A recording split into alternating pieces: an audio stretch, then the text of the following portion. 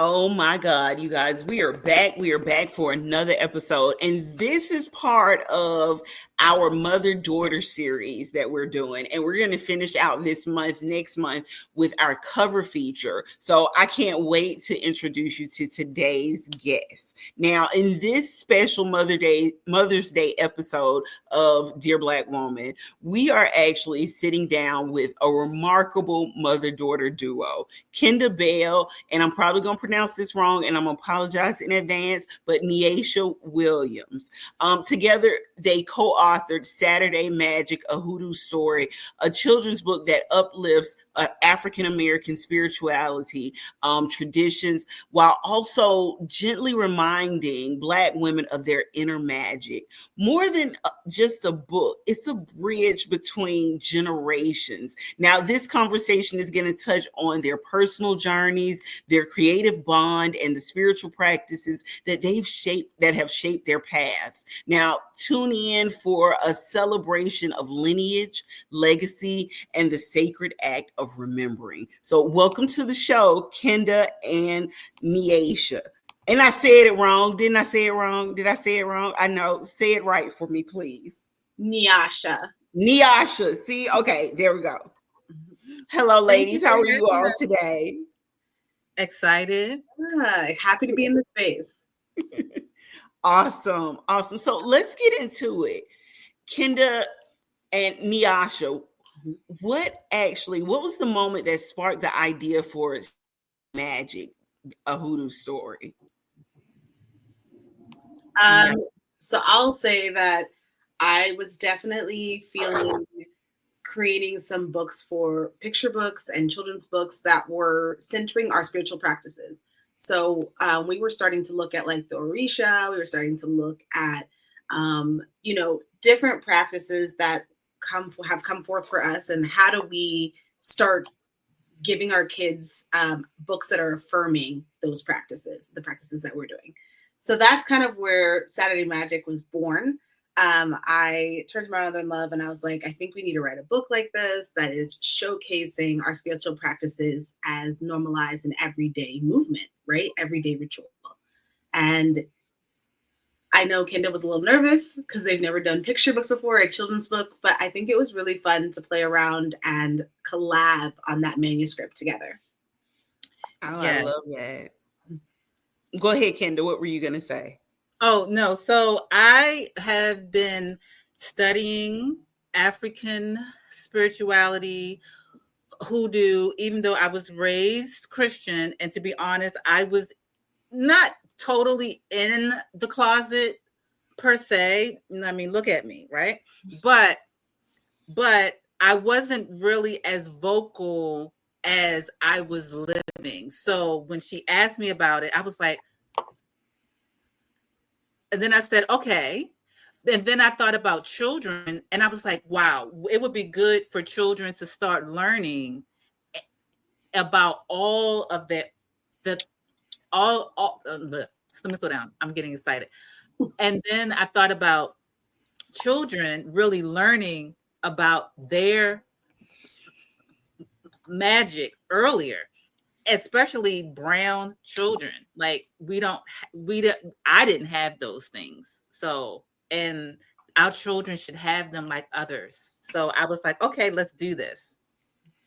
I think what you guys are doing I think this book is really important, so to speak, right now, because with the conversations that are being held in society and that are being held in the world right now, and we talk about colonization and some of the things that were taken from us, our spirituality and our beliefs and our heritage was taken from us. The things that we're taught now as religion, those things were actually put in place to sort of brainwash our minds into being conditioned for slavery. So I think the picture book is super amazing. A tool that should be utilized within our community to not only introduce it to children, but to reintroduce it to adults as well. Mm-hmm. Most definitely. Simply because, and I'll just say, my mother is from Georgia. And so Hoodoo, Christianity have always walked side by side quietly, and a lot of times we didn't talk about it, but we did the acts. And I think that it's now time for us to bring all of those things back online. So yeah, I'm excited. Yeah, I mean, the comparison in the two, if you really think about it, it was almost like they took some of the beliefs and some of the things that were represented in African spirituality and incorporated it into Christianity, while also telling Africans that their spiritual practices and the things that they believed were wrong. Right. So, or demonic. Exactly. yeah. It's you see it across the board with like all BIPOC spiritual practices that they took and manipulated what, like, our ancestral connection and our spiritual practices are very powerful, and they took that and manipulated it to upholding these systems, right? Yep. Systems of oppression, the systems of colonization, all these things. And so they just whitewashed it and manipulated it in their own way, while telling us that it is evil and demonic for us to work with our ancestors and practice these practices. So 100%. It's like, and I'm so glad people are waking up to that. I'm glad people are stepping back and like just starting to shed that dogma that was so deeply entrenched into us. But there's so much magic that's happening as people are starting to connect with their ancestors, as these bonds are being created. And, we call it hidden in plain sight, right? Because it didn't disappear. It's hidden in plain sight, right? Yes. The other aspect, which I think was, I don't know if you've seen Sinners, but beautifully shown in Sinners in that scene when he plays, like, and all the ancestors through the different timelines. That's exactly what we're talking about. Like, it's always been there. Our magic is always sparking up. It's always there. It's just like tapping into that memory, tapping into that coding, tapping into that that lineage, right? But then also it's this aspect of, now that we're connecting with our ancestors, we can reclaim everything, because they want us to remember, they want us to know, they want us to be in connection, regenerating, and locked in with our roots. And so we can work in collaboration with them, so nothing has to be lost anymore. We can reclaim it all. I love that. They say you carry trauma for up to 6 generations. So I feel like with this book, what you're saying is we carry that magic as well. So with each generation and each generation, we're passing down that magic to each other. It's like we say we can pass trauma and pain and all this hardship on.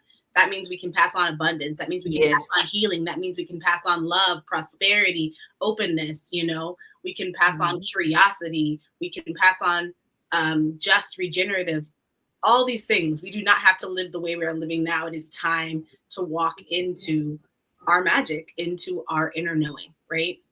Absolutely. Right. And no other culture or people are asked to set it down, which I don't think that we really grasp that there's no other people that are told that they have to choose between. Just think about that. Just think about that for a minute. And if you really think about it, you think about all of the religions, all of the cultures that are kin to the African spirituality, that are, dare I say, subsidies of the African spirituality, all of the things that fall up under it, copycats, so to speak, but just reworded and re-put in different ways and different forms.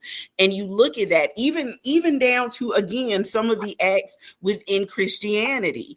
These are some of the same practices. And you just, again, you look at it and you see how it's been taken and, like you said, just transformed into something that was used to sort of oppress people, not just us as African people, but women, just, period.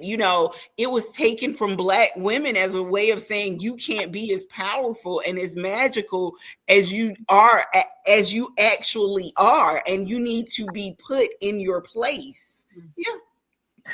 Christianity is the only one that does not have a woman as a consort.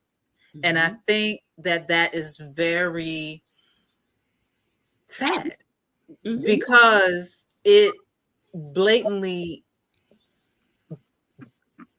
devalues the process of life, period. Even a plant has male and female. Yeah. I mean, and that's not to say that I was raised Christian and I do see value in it, but I have issues sometimes with the way that it has been taught. Yeah. It's still power in the word, but it's the intention and the way that it's used. Well, and we talk about how hoodoo's still very intertwined. A lot of people will call themselves churchy hoodoos, you know, because it's still intertwined for them. But it's about that decolonization, indigenizing, and liberating yourself in your practice of Christianity. Because we know that it was taught a lot of times a very specific way to mold us in a very specific way towards the intention of the systems. So you have to do that work that we're all doing, so that you are able to move in Christianity in a way that is aligned towards our betterment, towards the betterment of ourselves, our world, our community, our collective. Yes. Yes. Now, Nyasha, you've called storytelling a sacred act. How does this project sort of reflect that belief for you? Yeah, I mean, I say that when I'm writing, I'm never writing alone. Like, I feel like any ancestors who, you know, are aligned to the project that I'm currently working on, ancestors who maybe didn't get a chance to write because that time period they didn't have that opportunity, ancestors who are like, we just believe in your soul mission and the way that you're connected with the ancestors who want to work with me. I feel like, you know, they say it's called being like ridden, right? With spirits come over you. And I just don't ever feel like when I am creating and writing, it goes back to the griot information, or griot, however you pronounce it, griot, that was also brought up in Sinners. It's music, but it's not only music. Like, griots were the carriers of legends and stories and the histories of the community, right? They carried forth our generations, our legacy, everything. And I definitely feel like I tap into that energy as a writer, as a creative, when I'm working with all my ancestors in the building of what I feel like I'm being told needs to be built down here. I love that answer. Now, this is for both of you guys. What has this collaboration sort of taught you about each other, both as family and as creatives? I want to go first. So she and I I've realized how similar she and I are, but we're in different fonts, right? And I have learned the brilliance of being an elder and listening to someone that's younger than me. And just realizing my magic again. You know, she really helped me from being a single mother, working and still having a dream, but feeling that I have to work and I have to take care of my son and all the trials and tribulations of layoffs, bills, bad credit, good credit, bad credit again, and all of those things of losing, or so me thinking, losing my gifts when they were just really stumped down. And she has really opened me up to being me again, even better. And I appreciate learning who I've always been through gaining this loving partnership with my daughter-in-law. Okay. Yeah, I mean, in speaking to that, I will just say that I think that's a huge part of our jobs down here is a lot of times we forget our magic when we're on this journey. There's a lot happening. There's a lot of chaos. There's a lot of distractions. And our job is to remind each other of who we are and remember the constant flow of abundance, that we don't need to compete, that there's enough for everyone. We don't have to live this way. We can live and everyone can be safe, okay, and secure. And on that note, I will say I'm a transracial adoptee. So my parents are white, all my siblings and I are Black. And, you know, I did grow up in the church, but for my parents, it was not a specific denomination. It was, we jumped denominations. So I was baptized in the Lutheran church, and I was confirmed in the Anglican church. My parents' church that they're in now is a Mennonite church. So they just go all over the board. And it's about the outreach that the church is doing in the community and in the world for them. But I think spiritually, I struggled with the church because the church is a lot of like, recite this, do this, but not, I felt like I didn't have the understanding behind it. So I felt like I was speaking things, saying things, doing things. And now, you know, I am in a very different place. Like 2020 was like, we always say, I believe we go through multiple awakenings throughout our life. But 2020 was one of my biggest awakenings. And I really just like really woke up and it was like, whoa. And the connection with the ancestors was just so strong and very like present. And I got a lot of like signs and very bold messaging from them on like what to do, what's next, how to move. And I just stepped right into it. And my loving husband was very supportive and always is on that journey with me as I was shifting and changing so much in that time. Mm-hmm. And we took those steps together. Yeah, and it was definitely a leap of faith. I think it's very much the fool's card if we're talking tarot. But I stepped in and we're here now. And, you know, in relation to my mother-in-law, she was critical when I was having that awakening. I didn't know what was going on. I didn't know what was happening. I thought, I was like, yes, I had very much had the dark night of the soul in that moment. And my mother-in-law was like, I got you. And she was like, take this spiritual bath, do it at midnight. And she's like, it will help a reset. And it was phenomenally important. And I had so much clarity once that bath was done. And I recommend that bath to so many people because I feel like it is necessary to have those white spiritual baths in our lives. But she really was my beginning mentor on this journey, really walking into my ancestral connection, really walking into my work as a hoodooist and really moving very boldly in ancestral veneration. So very grateful for that opening with her and for her to have that, give me that grounding that I needed during that time. That's beautiful. Okay. So my next question is, now you all were in different states during this process. How do you sort of navigate that long distance co-creation? Yeah. I mean, you know, we're thankful for, while we don't love, you know, a lot of our social media and our resources are controlled by, like, you know, they're kind of in a monopoly right now and controlled by just very few white men. We can say that we're grateful for Google Docs because it allows us to write instant time together. So we are grateful for that. And we were grateful to be able to, you know, we'd be on video call and we would go back and forth and kind of structure out the book together. Every single collaboration I've done is different, you know. There's times when I've done collaborations where we've divided up the work. So with my sister, when we created our Oracle deck, we wrote spirit together. And then she was like, I'm going to do fire and earth. And I'm like, cool, I'll do air and water. And so that's a different kind of collaboration. Whereas like this one with Kenda was like every sentence we were shaping together. We were structuring together. We were building it together. So every single one of my collaborations has looked very different.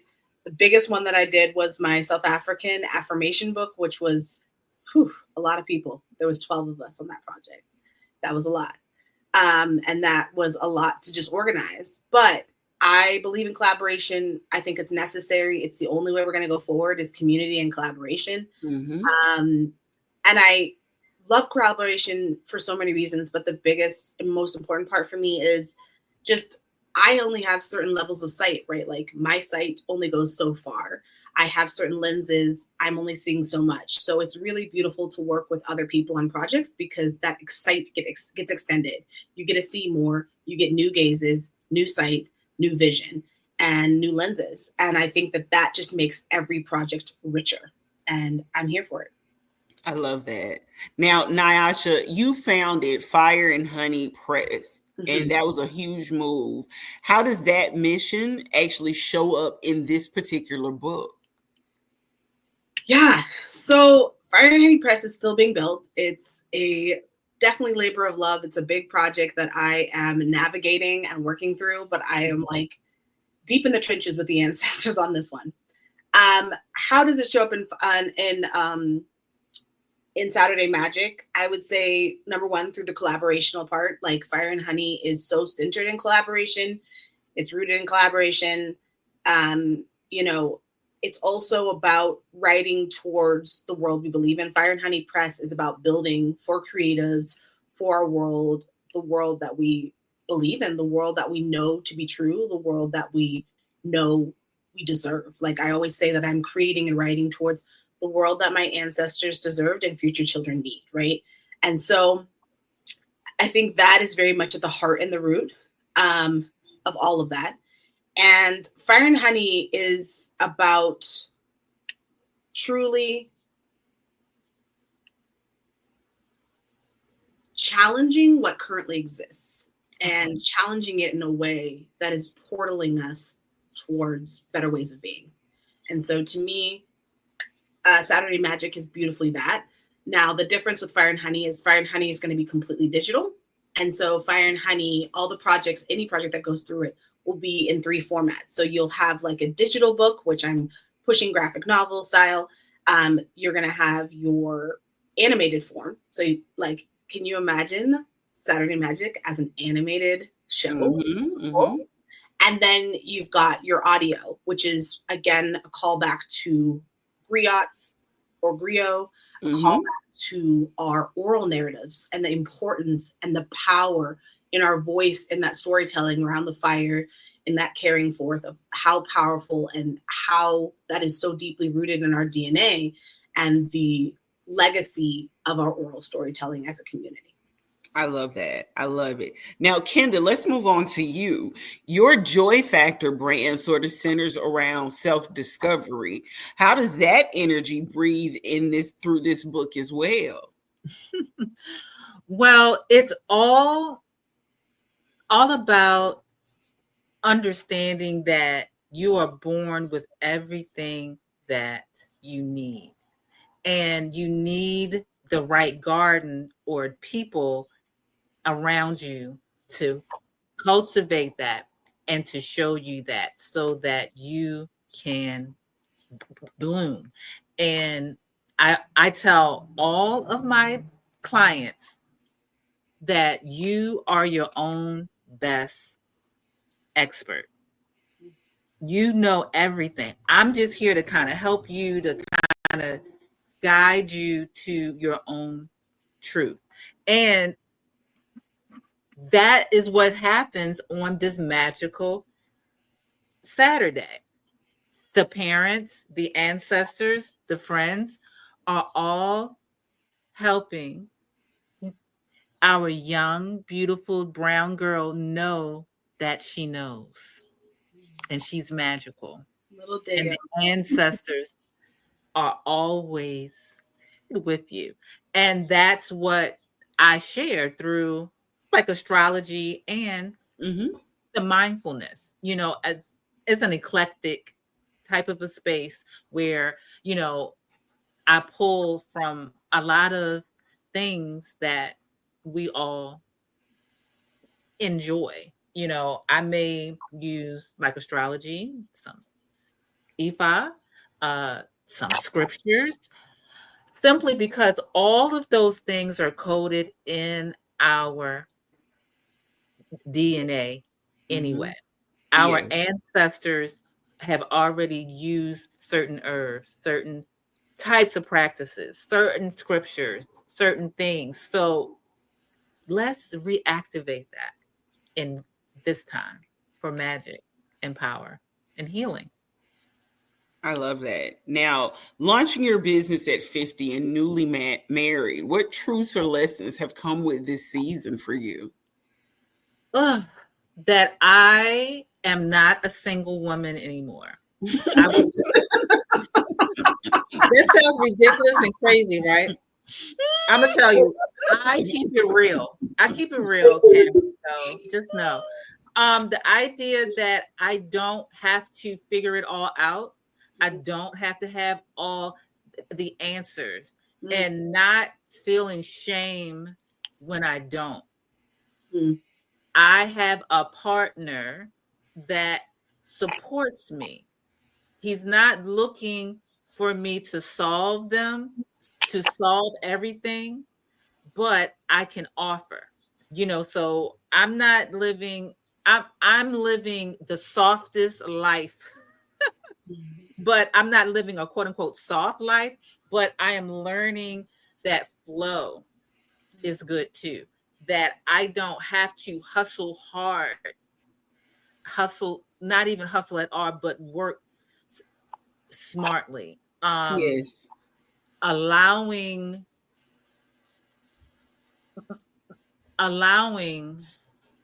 also to know that I don't have to be a traditional wife, like the different things that I had learned that had scared me from being married, identity loss, supporting him, which I do, but I don't have to lose self in order to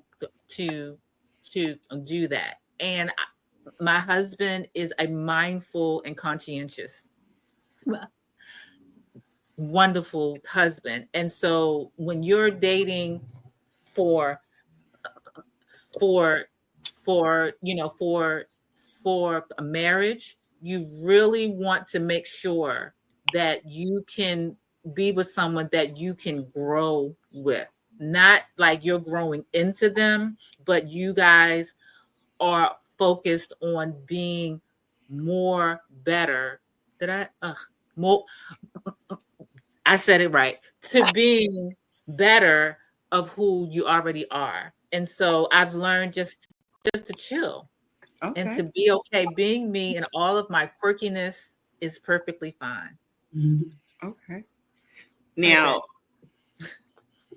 Nyasha, what actually, I'm going to switch back to you for business real quick. What actually led to you sort of rejecting the traditional publishing and building your own lane? Yeah, I mean, I will never not be connected to that space because I have babies in that space, and I still do respect beautiful community members that I've worked with in that space. I've worked with beautiful editors. I give respect to my agents who helped me on this journey. I had no idea what I was doing. I didn't even know what a manuscript was. And I just jumped in, and I was grateful that the ancestors, had a pillow for me to land on navigating that space, right? But in all of that, I, just like any of our big, anytime anything becomes a big conglomerate. So as soon as we start looking at Hollywood, we've got big studios. Anytime we're looking at publishing, we're looking at big houses, music, you've got these big industry, big studios. Anything gets so big, it's like you have to remember how we've gotten to this point. Like think about the historics. And when you sit with that, you're like, okay, well, it's still very white controlled. Like there's so much research that will tell you that a lot of those big conglomerates, that these big studios, big publishing houses, all these big spaces are still very white controlled. And so you have to pay attention to that. I also feel like I can speak to the fact that when you are pitching a manuscript, when you are pitching a song, when you are pitching a film, it's still being looked over. It's the decision of it being suitable or being good enough to be published or be put on a big screen or be presented on an album is being chosen a lot of times by mostly white people in a room. And so when we sit with all that, you have to just sit in that recognition and that understanding. It's like, I think of all the stories that are being passed because they're not being seen.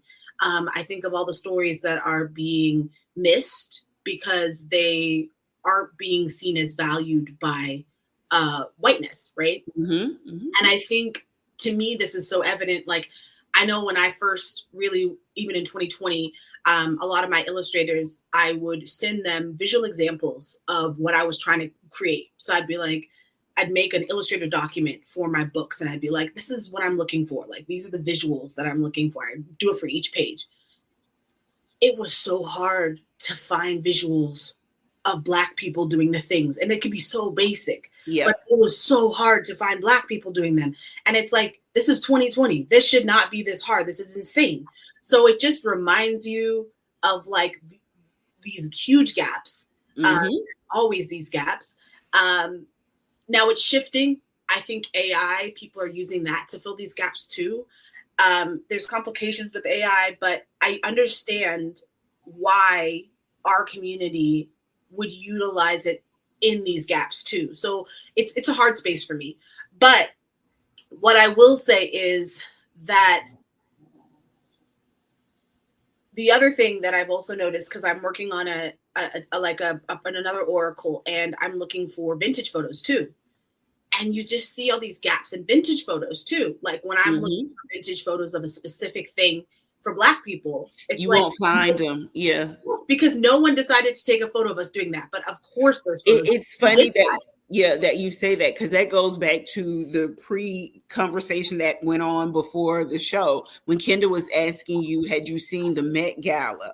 And she was saying the importance of why, with all of the, the negative that goes with it, the importance of why, it was put on display. Because just like you said about those vintage photos, it is very hard for you to find anything about us in past lives, in anything that represents anything that we did that was successful, that we did that was good. Because you have to remember one thing: when they freed us from slavery, if we succeeded, they either burnt our cities down or they flooded them.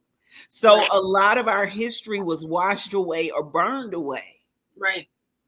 No, it makes me think of the watermelon, like when I think about how, after emancipation, watermelon was a great thing for our people to turn. And that's why they used it as caricatures and demonized us through the watermelon, was because we were having success with selling watermelon. And which is why I always say, we need, every time you eat a watermelon, reclaim it in abundance for us, for yourself, for us, collective. Because our ancestors were those sharecroppers. What was taken for negative, what was actually positive for us, they utilized as negative, the same way they did with our spirituality, which goes back to your book, the purpose and the meaning of your book, and why it's needed. Absolutely. I'm sorry, I just want to jump in really quick to say that is why ancestor honoring is essential to us. It is essential to us. The money that we pass as currency is ancestor veneration. The buildings, the Metropolitan, that is ancestor veneration to someone else. All the museums, the Guggenheim, the Nobel Peace Prize, all these different things that we are giving this energy and honor our frequency to, a value, is ancestor veneration. And we as melanated people in this country have a bad habit of not feeling comfortable, not saying that we don't do it, but not being comfortable in honoring our ancestors in the open, not, meaning not the quote unquote famous ones, not the acceptable ones. And that's something that I was guilty of as well. And I'm glad that I'm growing and understanding that, because that helped me through cancer, all of those things, honoring those things. No, and we have to speak to ancestral veneration, because you're doing it whether you're conscious of it or not. Like when you wear Nike or Nike, however you want to pronounce it, you're venerating that. You're venerating every single thing that you choose to God. purchase put on your body. It's like you have to think about it that way. Yeah. I was like, and I know some people feel uncomfortable with altars if they're not in the church, because again, this was trained in us to not be okay with that. So you see how it's okay to have an altar in the Christian space, but it's not okay to have an altar in any other space, because if you have an altar in any other space, it's demonic. Exactly. But the red carpet is oh, I'm sorry. Did I? The red carpet, the blue carpet, where everyone was walking up and being looked at and honored for who made what and when and what like inspired it. Anyway, I'm sorry. No, you're right. They're all right. Even the stadiums where the sports is playing, these are all altars. So you have to honor that energy is going somewhere. So pay attention to what you're giving your energy to, right? Yeah. And so this is why I'm like, whether you're conscious of it or not, when you make a recipe, from your past generations, that is venerating. You're venerating the ancestor who wrote that recipe, right? And it's on your family line. When you have any items that are heirlooms that keep passing down, that's venerating. You're venerating. Anybody who has passed away, and you have their photo on the wall, that is venerating. So people do it consciously or non. And it's like, this is where I'm like trying to wake people up. So you got to do this consciously, because you're giving your energy, whether you're conscious of it or not. And this is why my mother-in-law, I had the idea for a while of creating ancestor money, because I was really tired, first of all, of Harriet Tubman not being on our $20 bill. And that's driving me crazy. And I feel like I want people, I know this can go a little bit this conspiracy realm, but sit in your brain for a minute and think about why it's taking them so long to do this. And it's like, you have to sit in the recognition of the power that we put on money. And you can wash Harriet's legacy. She was who she was. And so there's all of these layers that go into all of that. But the point is, we decided to create ancestor money. We have 11 bills that exist. And we called in ancestors who we felt like needed to be on these first 11 bills. And when we work with them, we saw them, what the bill was calling in healing wise for the community, for ourselves, for the community, for the collective. And really beautifully, when I'm out here in Colorado, I had a friend who was like, do you do readings with these? And I had never thought about that. And so I offer ancestor money readings through the money. I can read people. It's really beautiful because it allows me to read for the person things they need to focus on based off of what the ancestor was going through, things that need to be healed for themselves, the community, and the collective. And so you're getting that huge, impactful, generational, collective healing through those readings. And so I love doing it. And it's just been a beautiful project to come forth. And just, my mother-in-law stepped in. I started creating the money. She stepped in to support me. We had a couple back and forth on some of the ancestors to be included. But we figured it out. We found our common ground. And this is what I'm saying when, if you want to know how I made this money on my Substack, I have a 4-part breakdown of everything that went into creating this money. But when I thought about how intentional I was with it, I was like, oh my goodness, when you think about it that way, you think about what they're doing with our money that we're running around carrying, the intention and the level that goes to uphold the systems, that upholds the magic that's being used in to uphold what's already going on in our systems and that we're trying to dismantle.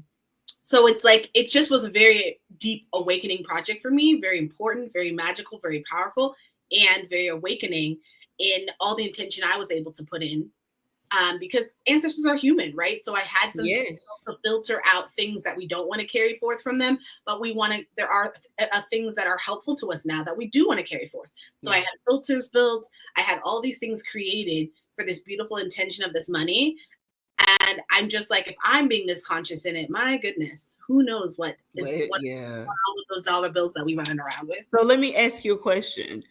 Now, with you saying all of that, and we us talking about ancestor veneration, hoodoo is often misunderstood and very much misrepresented. Mm-hmm. What truths were you guys careful to uphold in this project? Well, for me, I'll jump in and answer that first. Well, for me, I wanted to make sure that people understood that it is a part of our lives. Mhm. The idea of getting up on Saturday and playing that gospel music, or the movie to conjure up the spirit to clean, the opening up of the windows, adding coins. These are things that for generations, many families have just done, and they continually do them from way back. So one of the things I wanted to for people to understand, that it's not like a spooky thing or abnormal. It's something that we have been doing for years that have helped to keep us as sane and as regulated as possible underneath unimaginable stress. And we need to honor those things that sustained us long enough to be born, to have the opportunity to understand that, yes, hog mogs and chitlins is disgusting and nasty, and we don't eat them now, but they figured out a way to clean them and to bless them for us to live. That we come from eating vegetables and fruits, that us frying our food and cooking it well done was because we usually got the worst of the worst of the worst. Mm-hmm. You understand what I'm saying? And Absolutely. so I wanted all of those things to be very evident, and the idea of friends and family all incorporated in this. We already have those things even right now, whether we want to honor it or not. But it's not something new or something that we have to get back to. We have to activate it in this time. Okay. Well, Nyasha, what lasting impact do you hope that Saturday Magic has for children and the women that's raising them? I hope the Saturday Magic is an emboldening, like that people are emboldened to move transparently, honestly, truthfully. And I think that Saturday Magic is a reminder of community, of our community, that we're part of this continuum, we're part of this legacy, that this continual space that is always growing, always expanding. I think it's a reminder to take care of ourselves in spiritual hygiene, right? In our daily practice, in the ways that we're consuming. We've got Grandma Rose's beautiful watermelon and orange salad in that book with the recipe.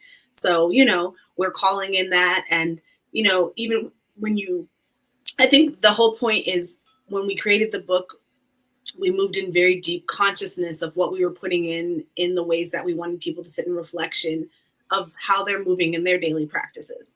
So I think that's what it is a call to, is people sitting in consciousness of how you're moving in daily practice and what that means and what you're calling in when you're doing it. So even the recipe for Grandma Rose's salad, it's like every single one of those ingredients has a specific intention, right? Yeah. So when we're moving, it's a reminder to move consciously and to move in ways that are building towards what you are trying to create, what you're trying to call in, right? What you're trying to portal towards.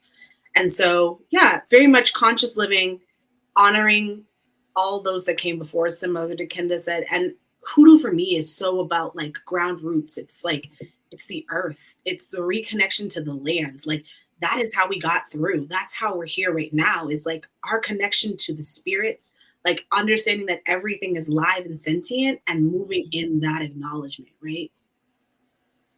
I love that. Now, ladies, how do you view yourselves within the tradition of Black storytelling? For me, I am an author. I came out way back in the day, 2007, with an Essence bestseller. My first Wait a time. minute. She said way back in the day, and I thought she was getting ready. Like I'm one of them halfway Gen X millennials. So I thought when you said way back in the day, we was going to like 1990 something. You said 2000. I'm like, wait a minute now. Wait a minute. 2007 seems like a lifetime almost Like now. you said two. I'm like, wait a minute now. That is you aging me and you. It's all right. It's all right. We aging well. Yes. But, so I want to continue to write fiction that speaks to authentic living. And as a actual live stage storyteller, which I shared my story last year about being a stutterer and having the audacity to not care, and just really letting people be comfortable in being who they are. So that's it. And I'm also about to come back in my podcasting. I am studying modern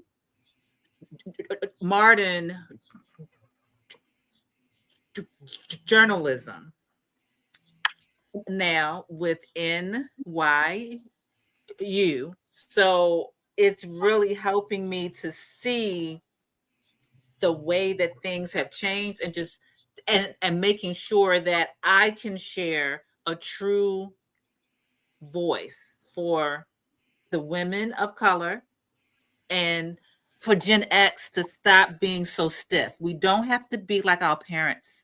We don't have to.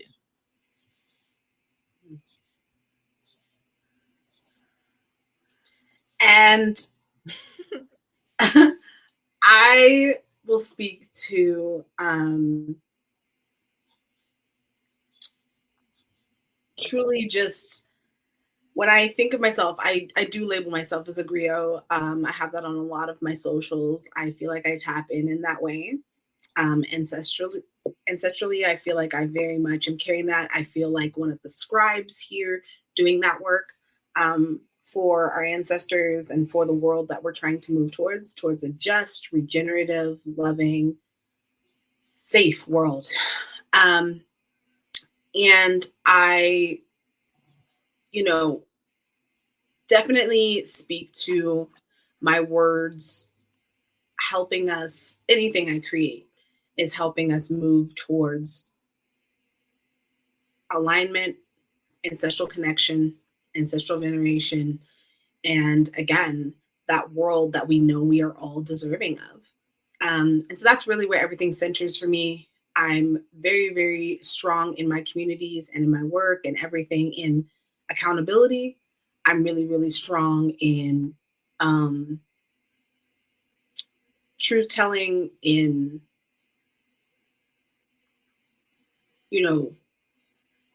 understanding the responsibility that I'm carrying with me right now. But I do not take it lightly.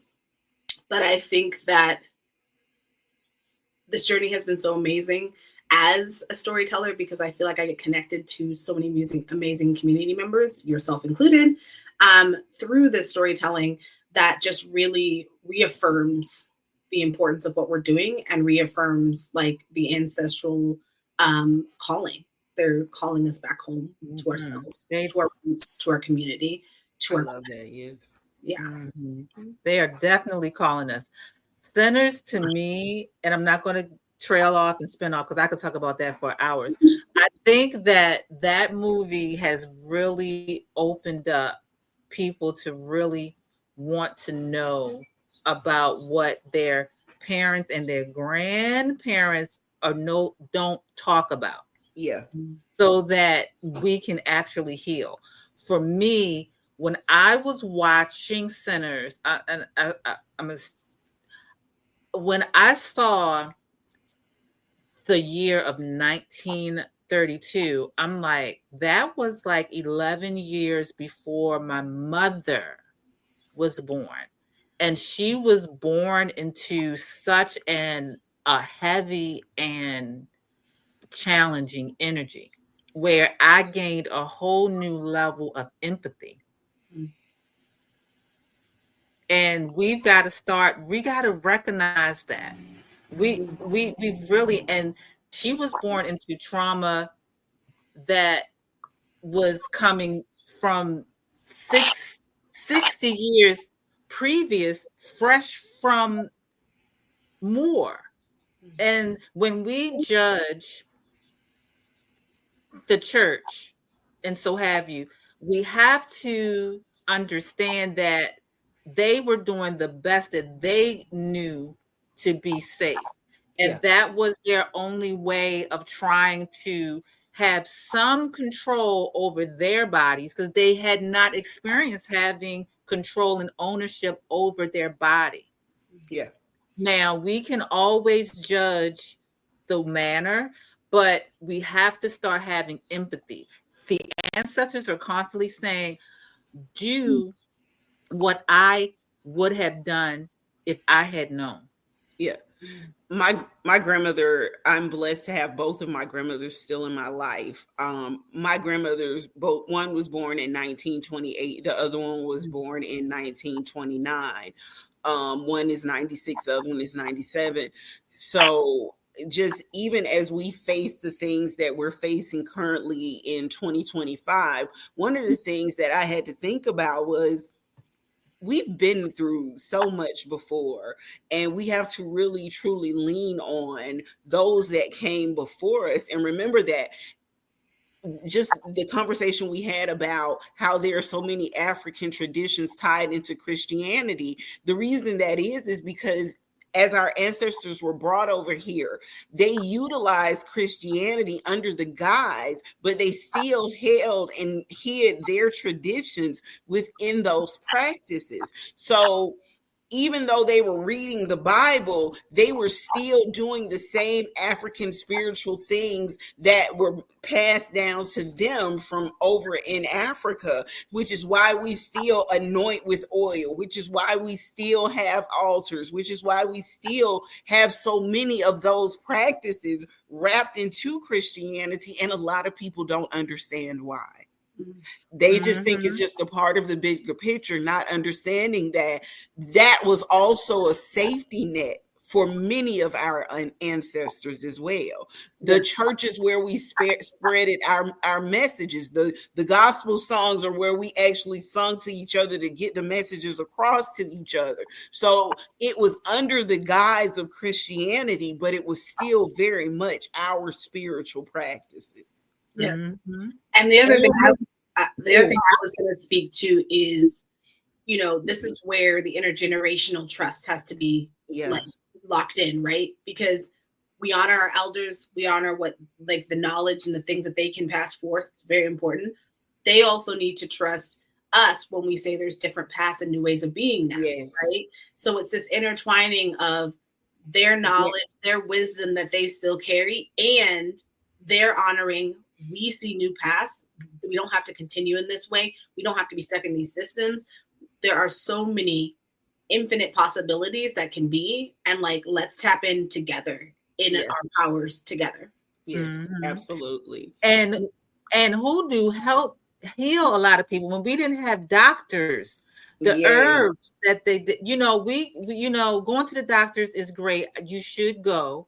But we also know the challenges that people of color have experienced historically at the hands of the medical system. So I'm not saying to not go to the doctors, but we have to remember what kept people safe and healed.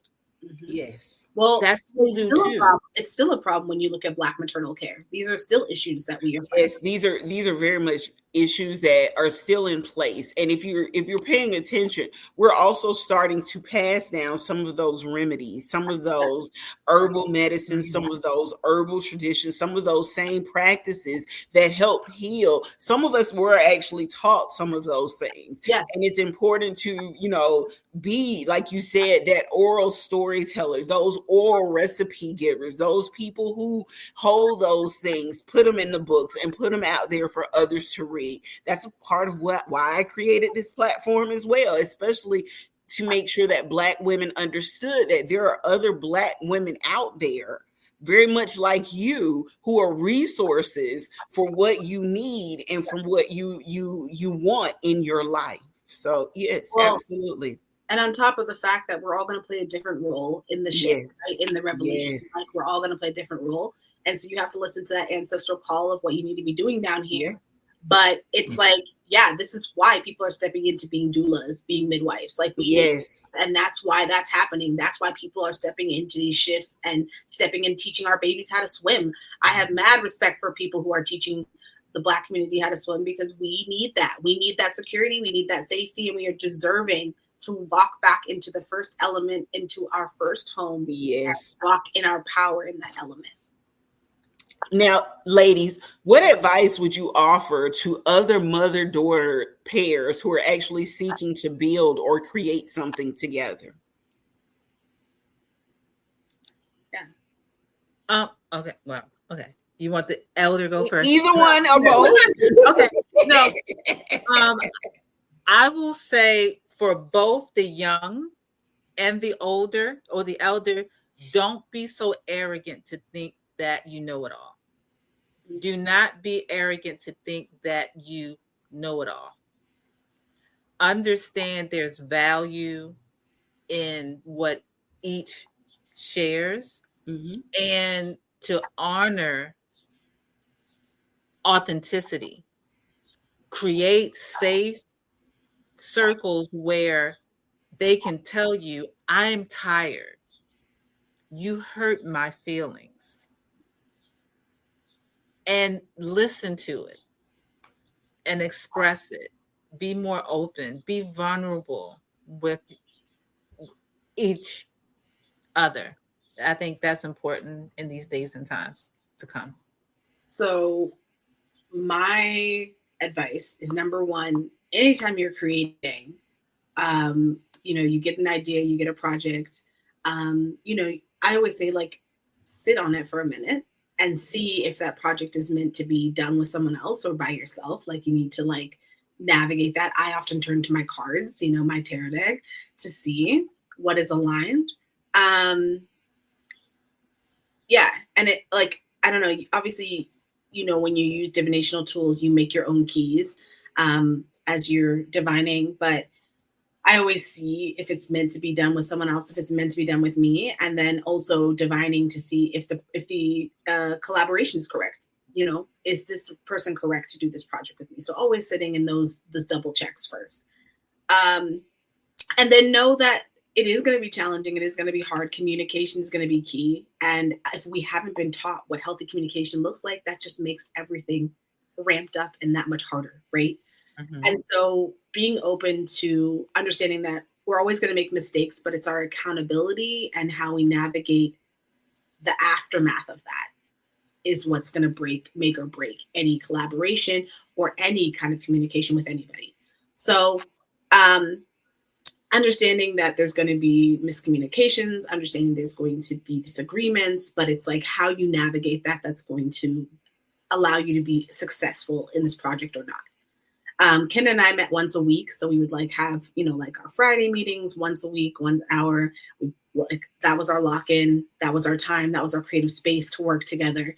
And just we're not rushing it. We're just once a week meeting in, we're getting done what we get done in that hour. And then just, going bit by bit.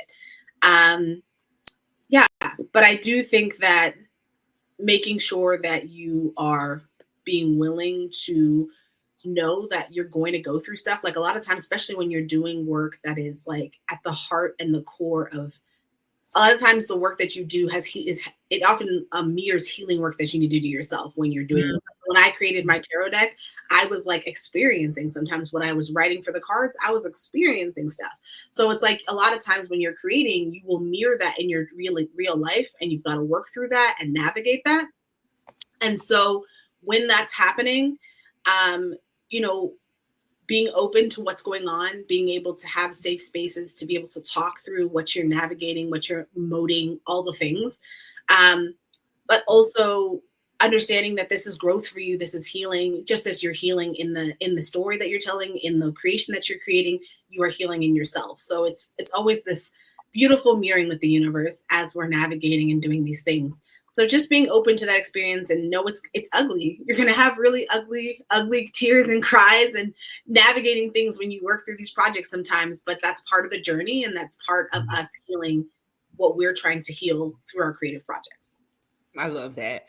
Now, this is a celebration of mothers and daughters, creativity, Black women. That is what we're doing this month. What wisdom do each of you want to leave with our listeners today? And Kenda, we'll start with you. It's never too late. Do not be afraid to work with someone that is younger than you as a partner and not as a mentor.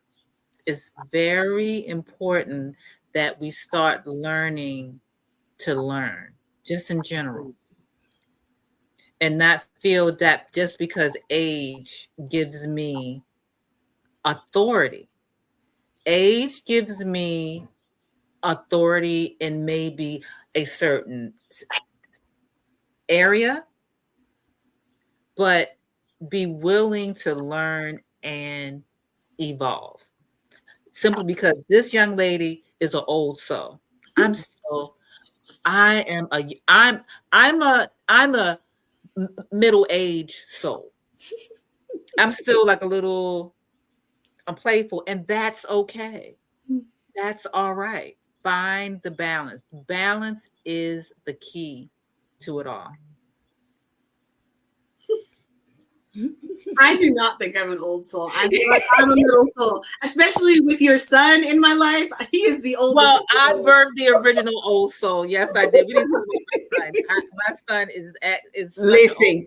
From what it sounds like, kindred spirits found each other. Okay, so don't blame it on your man. Y'all just came together. Okay.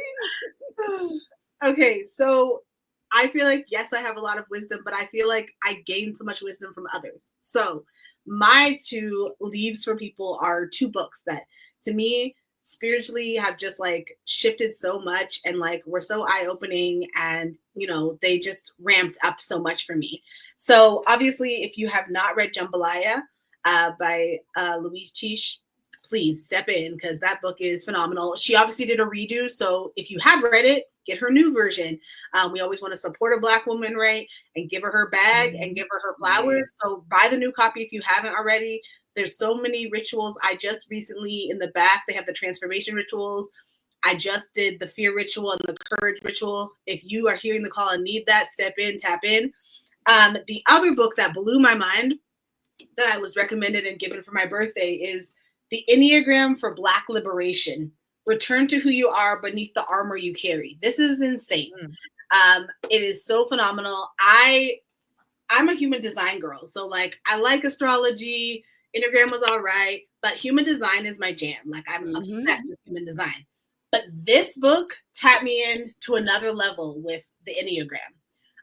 And so writing it from it being written by a Black woman, her explaining it through our lens, explaining how, you know, our armor is necessary at times, because a lot of the white Enneagram lenses are saying, just take off your armor and just go out in the world. And it's like, well, actually, there are reasons as Black women or Black people or BIPOCs why we have to carry our armor. So she is a beautiful navigational way of seeing that and honoring our armor and honoring the ways that it saved us and protected us and carried us, but also recognizing when we need to put that armor down.